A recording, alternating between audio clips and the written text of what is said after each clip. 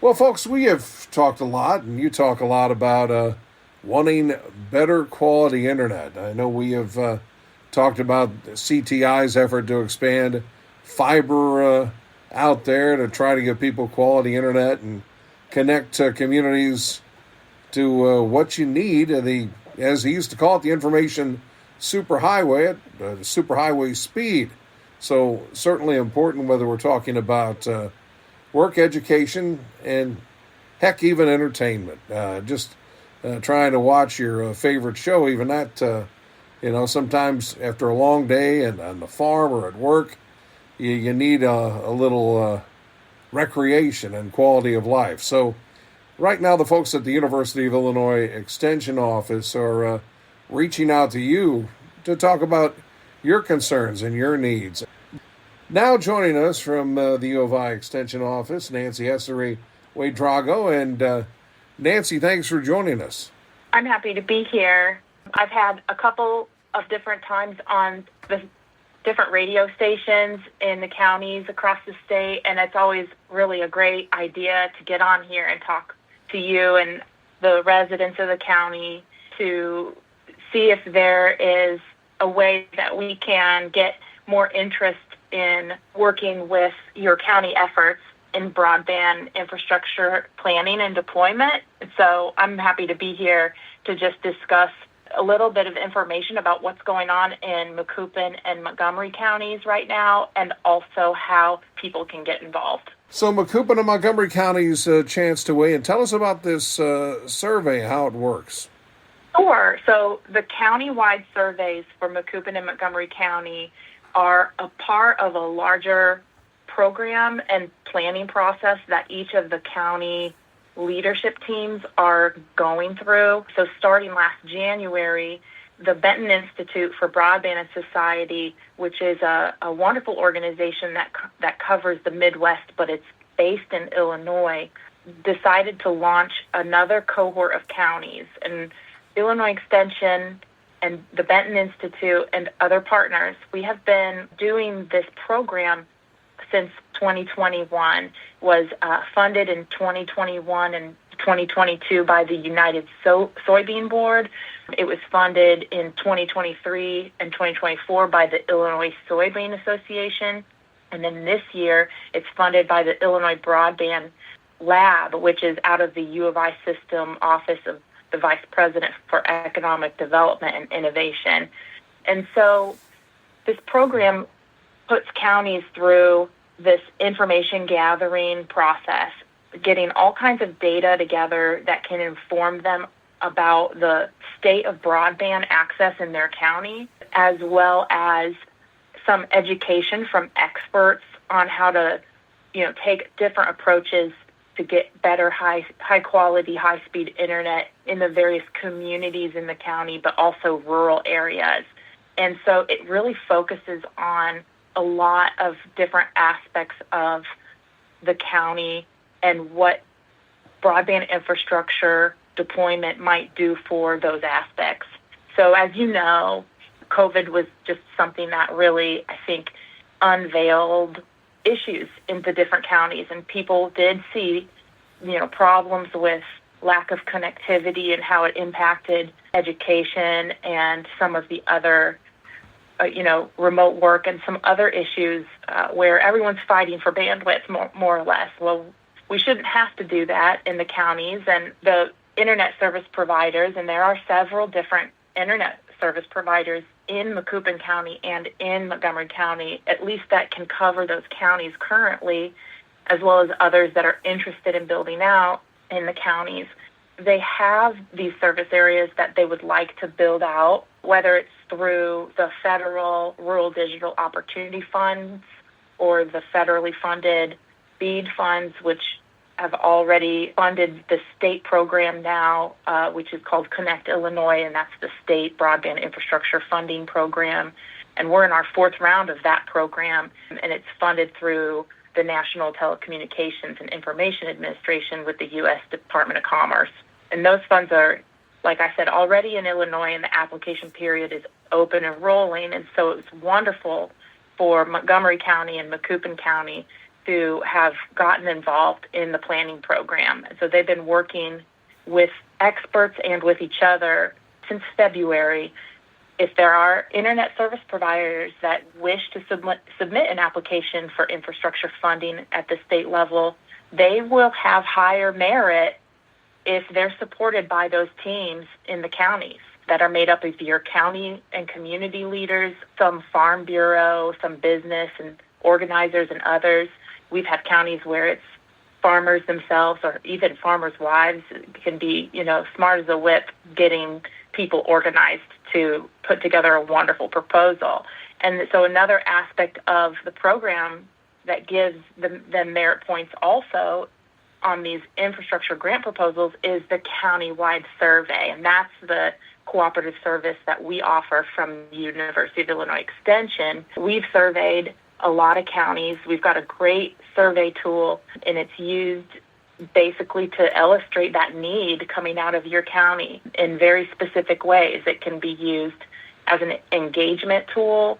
So some of these questions on the survey will ask residents, businesses, farmers, and public entities how they might benefit from better infrastructure and what the current situation is.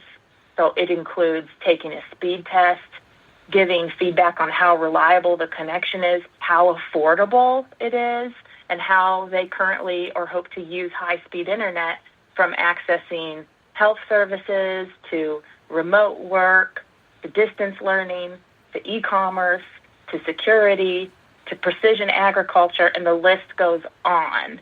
Virtually any quality of life issue in our rural areas can have a digital solution, and enhanced connectivity in public spaces can increase tourism and in-migration, and better connectivity to homes and farm families has shown to increase household income, and towns see increased tax revenue. And Sean, I will talk you to death about it, but I really want to just drive home with the survey that we're going to tell you about how to access the survey online, that rural areas see challenges with expansion of fiber due to the lack of population. And the state grants also look at that sort of in-kind contribution from rural areas as a source of merit for these applications too. What does that mean? It means that on the survey, we ask farmers, are you interested in hosting broadband equipment on your vertical assets, things that might be 80 feet or higher that are on your property? And we've seen that 60 to 80% in any given county respond favorably to the idea of being part of that build-out framework in this manner. And we've seen permit agreements that favor farmers when communities participate in this broadband deployment planning in this way. And so the goal of this, I think, radio message to you today is that we would like you and for you to help get other residents and businesses and farmers and schools and other public entities to take your county survey, whether it's in Macoupin County or Montgomery County, and that survey is going to be open till April 11. So it doesn't give us a heck of a lot of time, and that's another reason why we took to the radio today. So we hope folks will pass on the message, and I can give you that information whenever you're ready. Fire away. For Macoupin County, you're going to want to go open a web browser. It can be on your phone. It could be on your laptop or your iPad. You want to make sure that you're connected to like your local internet, your router, and if you're not, that is okay.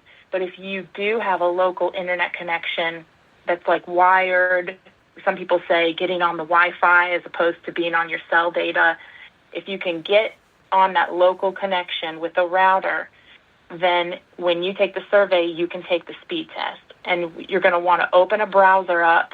And if you're in Macoupin County, you're going to type in go.illinois.edu/connect Macoupin County. And it just all runs together. If it's Montgomery County, you'll write in go.illinois.edu/connect Montgomery County. And again, it's go.illinois.edu connect Macoupin County or go.illinois.edu/connect connect Montgomery County. Well, Nancy, you hit so many key points there. And again, we hear the conversation. We just had an election here Tuesday, and every election I've heard, again, you talk about population loss and outmigration and what have you. They talk about trying to keep the next generation here, and this would seem to be vital in that conversation. It is. There's been several programs that have focused on research on how to stop the exodus from these rural counties and get folks to move back into the rural communities. And high-speed internet is in the top 5 things that can do that for various reasons.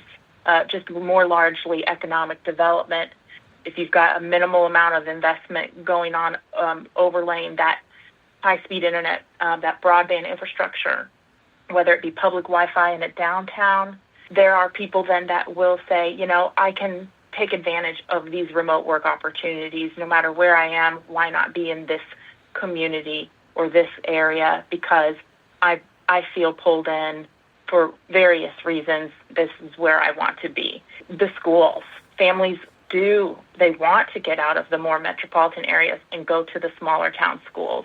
And so mom and dad can have a remote job and send their kids to a nice rural school. That's a real phenomenon. And so I think high-speed internet, public Wi-Fi downtown for businesses and Airbnbs or tourism or whatever, public Wi-Fi in some of the parks or wherever the ecotourism could be, if there's a beautiful trail or park center or something.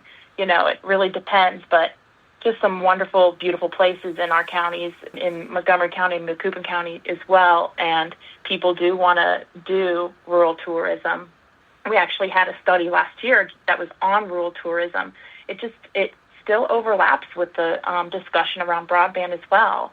And so, I could go on and on, Sean. So for visitors who are either here for pleasure or business or whatever, that quality of internet sure the heck makes an important first impression, good or bad. I agree. I think that driving around, I travel around Illinois for my job, and so I drive through the counties, and I would be tickled if I saw, okay, I might not have great cell service here, but oh my goodness, there's open Wi-Fi right here. That is definitely something. It is a conversation that goes together. You can look and see cell service and then look at and see where high-speed internet, open Wi-Fi, what I like to just call open Wi-Fi, right? It's like a open, if you're there, you can see right there on your phone, I can connect to the internet here. It's just open for me. People recognize it as a value add, as like an amenity, just like almost, like a free coffee. I think it would be wonderful. And I think it'll be something that communities will do more and more often, if they can.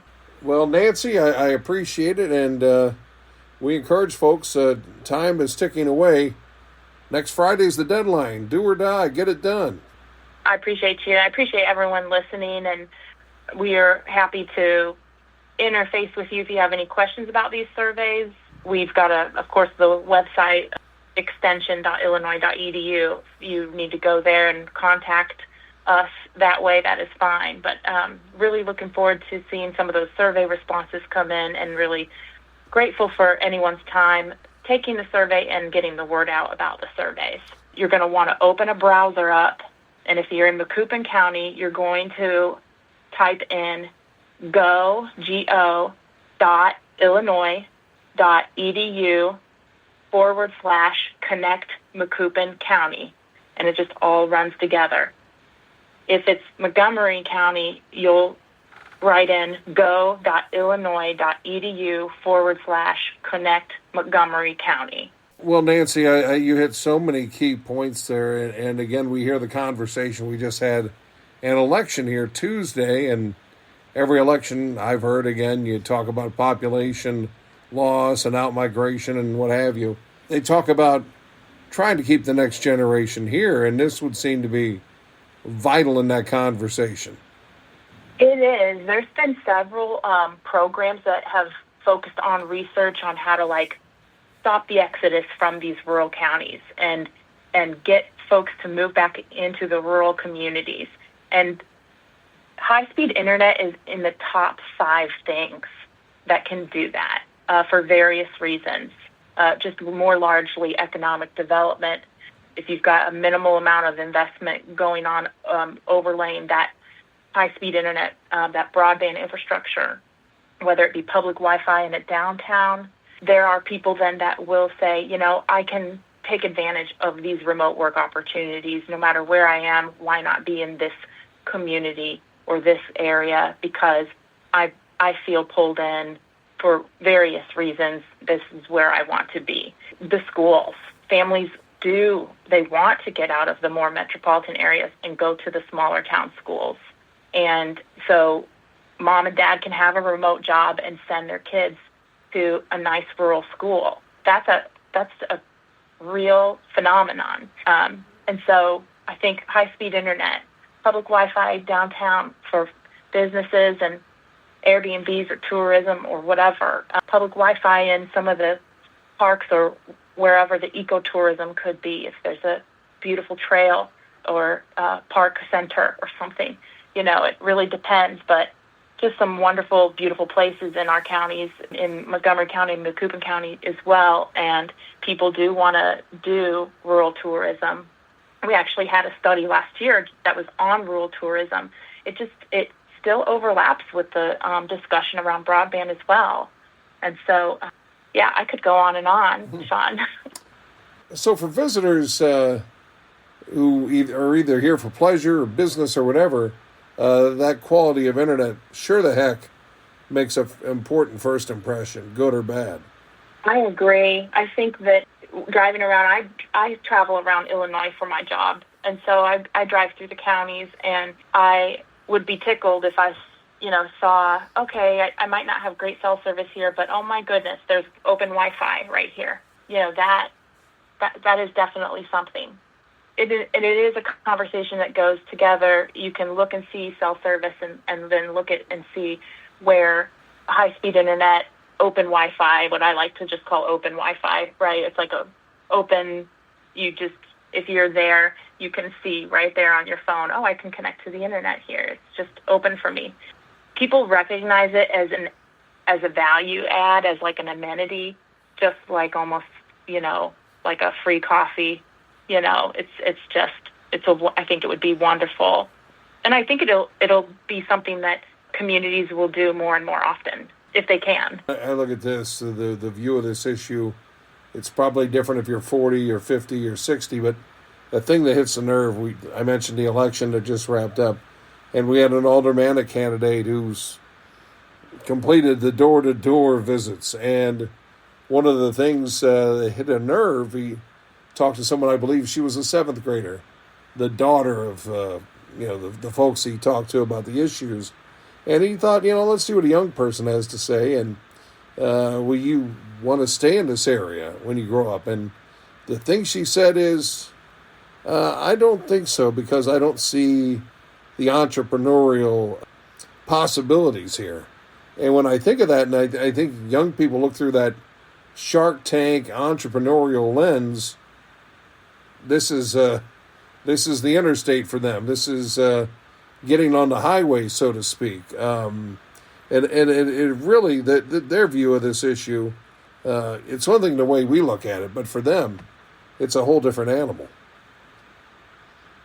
Right. I mean, Montgomery County and Macoupin County have 55 going down between them, and that is great. That's a huge asset. It's right up there in like the top 10 list, right up there with internet connectivity. And when I say top 10 list, I mean the top 10 list for business investment, outside business investment, whether it be outside these counties or outside the state or outside the country. These businesses look at relocation or location or siting. If they see sites to put different businesses, stand up different businesses, they look at proximity to the interstate, and they look at the quality of the broadband infrastructure, And then they look at the quality of the workforce. Well, with great broadband infrastructure, a workforce program, I've seen those get up and running in some of the other counties that have taken advantage of the infrastructure funding. And so once that access to high-speed internet is established in some of these communities and counties, then it's those other projects that follow. Oh, we want to stand up a little bit of telehealth infrastructure now. We don't want our mothers to travel outside of the county to have a prenatal visit. They can go to the local telehealth center, wherever that is in our various towns, and get their sonogram and vitals transmitted in real time to a doctor on the virtual call for the appointment. I mean, this is, for rural, that's really what it's supposed to look like in the future. And of course, we've got increasing proportion of the population being 65 and older. And so that comes with a need for telehealth services without breaking the bank and going, putting gas in the car. Who knows how much that gas is going to be, and various other inconveniences that come with having to travel outside the county for health services or non-invasive procedures. And I could go on, but I think these two counties, I would love to see them complete the program here in another month, have great survey responses, and then be able to get their proposal done with all those great merit points from having done this initiative. Well, and I have to think, as high-tech as farms are now, when you just basically run tractors on autopilot and, get some drone use and other things, high-quality internet isn't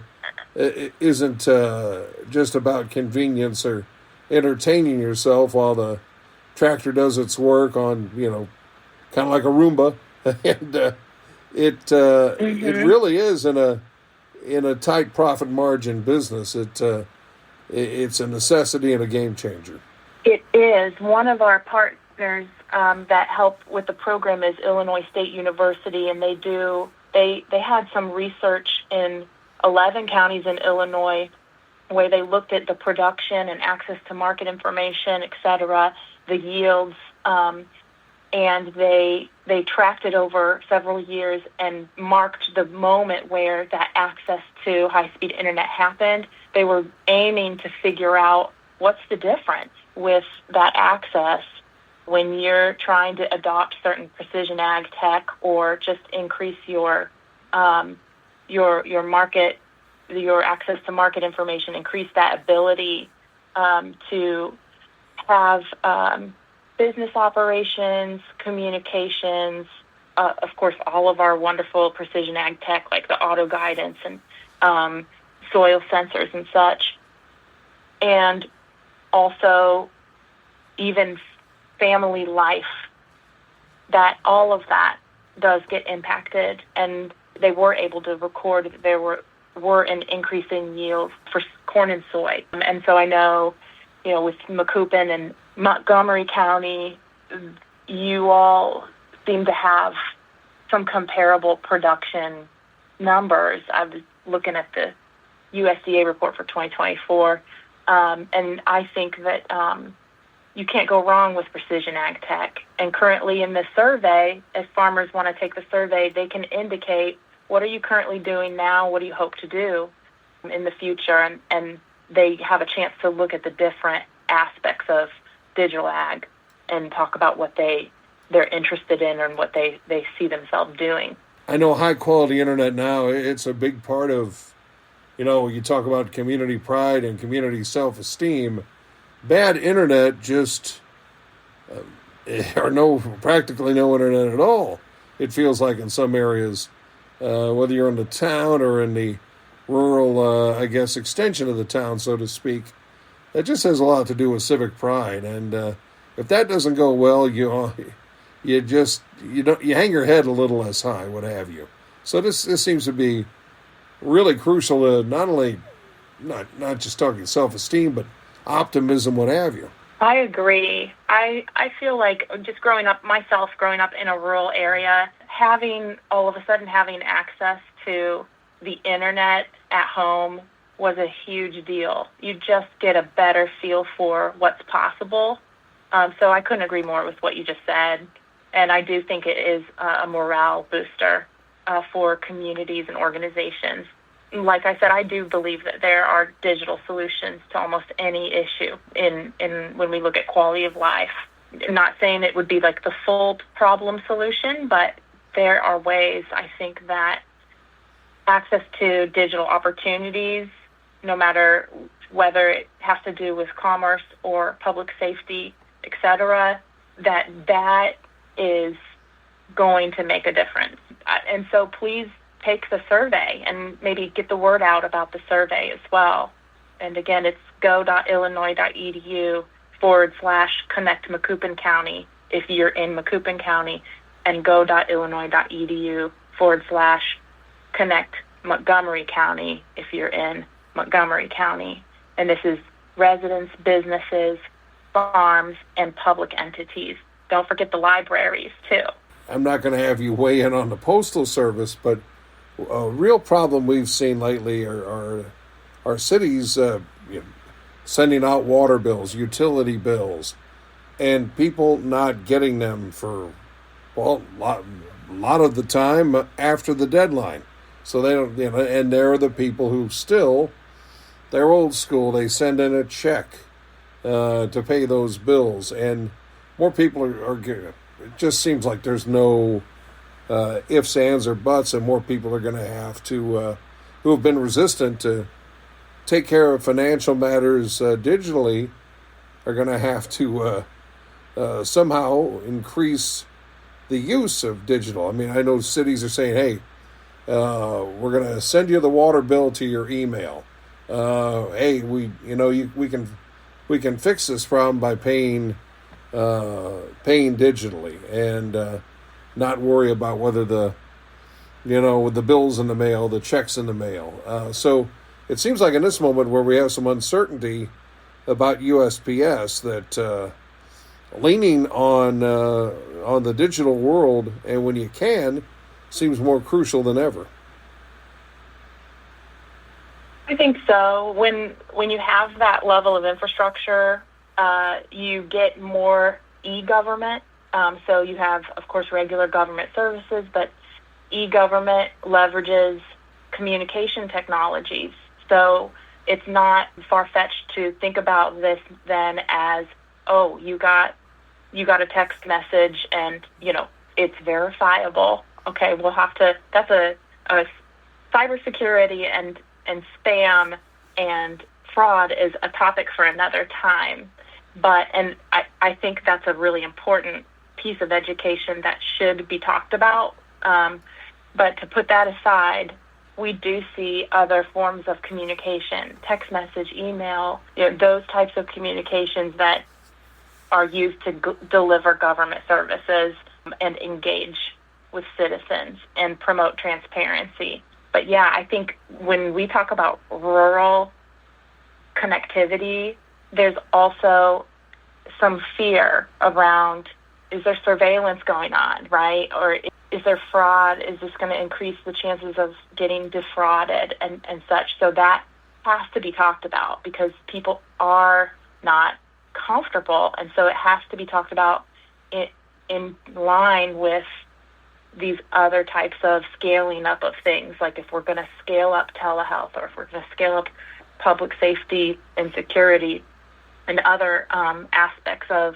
digital life, we have to talk about how we do that safely, and there's resources for that. And of course, U of I Extension has some of those resources, and there's a lot of online resources about that as well. So it's always great to have an emphasis on cybersecurity right there at home. And so we do see some of that going on in like the larger towns where there's a lot of connectivity, and then you've got a couple experts around, maybe with police or with some of the other organizations or institutions where there's cybersecurity conversations and resources. But again, that's that's a topic for another time, but it's definitely something to put a pin in. Well, and I'll close with this. I know people have their economic jitters or, Well, Nancy, I appreciate it, and we encourage folks. Time is ticking away. Next Friday's the deadline. Do or die. Get it done. I appreciate you. I appreciate everyone listening, and we are happy to interface with you if you have any questions about these surveys. And we've got, of course, the website, extension.illinois.edu. If you need to go there and contact us that way, that is fine. But really looking forward to seeing some of those survey responses come in, and really grateful for anyone's time taking the survey and getting the word out about the surveys. Nancy Esarey Ouedraogo, thank you so much, and